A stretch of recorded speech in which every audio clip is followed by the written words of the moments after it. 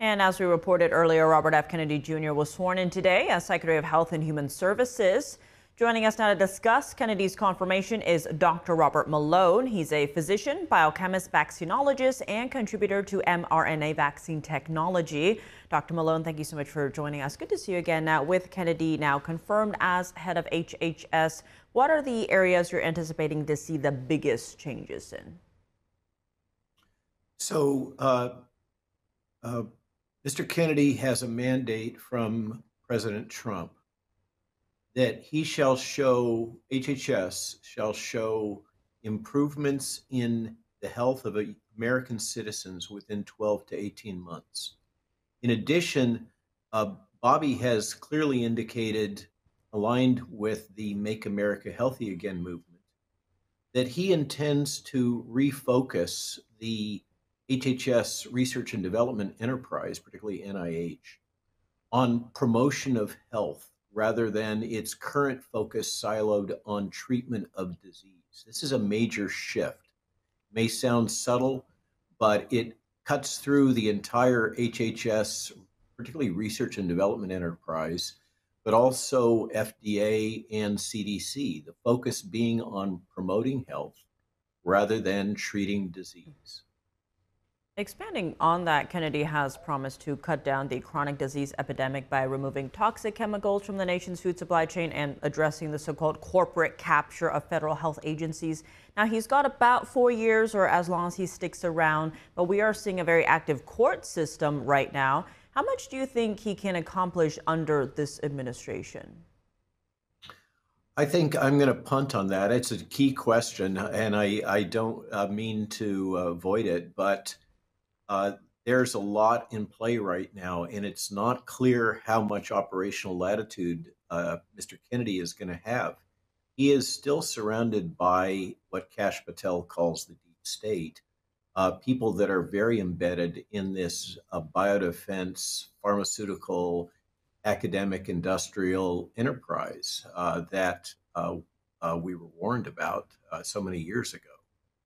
But he certainly, I know that he is very aware of the challenges that he faces, of the entrenched interests that he is going to have to deal with, and with the constraints that have been placed on him during the confirmation process. Unfortunately, there's a number of senators that have insisted on having a voice and a role in appointments, even those that are not traditionally subject to Senate confirmation. So it's really going to depend on who Bobby can surround himself with and how they're able to navigate the complexities of both judiciary and the permanent administrative state. Now, many are pointing to Kennedy's past as a vaccine skeptic. You had Republican Senator Mitch McConnell being the only holdout in his party to vote no for Kennedy, citing his own history as a survivor of childhood polio and how he credits vaccines with helping to save lives. Now, in your view, what can Kennedy do in terms of improving vaccine protocol as head of HHS without losing the public's trust?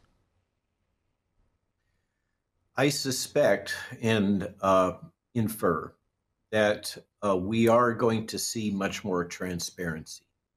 We are going to see a series of disclosures where the press, such as yourselves, have subpoenaed for Freedom of Information Act disclosures that have often either been slow walked or have been returned in highly redacted form. I anticipate that we will see boluses of key documents that will be shared with the public that will allow the public to be able to make their own decisions and assessments for what has transpired during the COVID crisis and what has transpired at the CDC and the associated committees that support decision-making at CDC and FDA. So we're going to see this come out, and then it's going to be up to the public to decide whether or not changes are priorities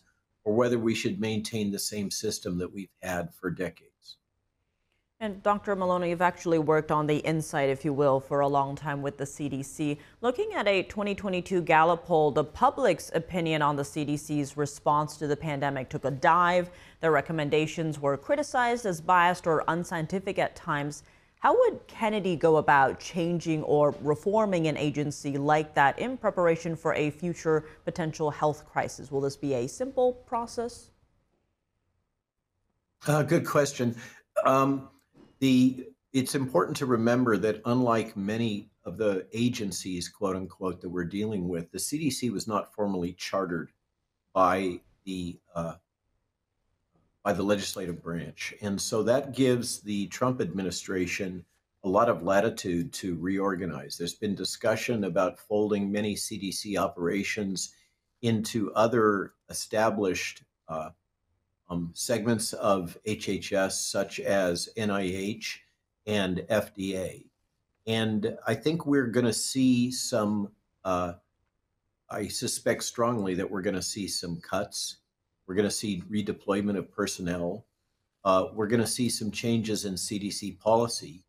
And remember that the Senior Executive Service issued towards the end of the prior CDC director, Rochelle Walensky's term, a very critical report. It was covered in the New York Times that identified a series of failures at the CDC that needed to be rectified. Since that time, the CDC has, to a significant extent, been managed by the Senior Executive Service.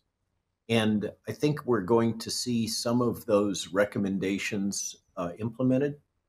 And I hope that we will see things like the end of the Foundation for CDC that was used as a pathway for pharma and Bill and Melinda Gates Foundation to fund organizations like the Public Good Projects and its subsidiary Shots Heard Around the World that engaged in gang stalking against physicians such as myself that were raising concerns that turned out to be true, but were attacked by this surrogate of the CDC that was funded through the CDC Foundation.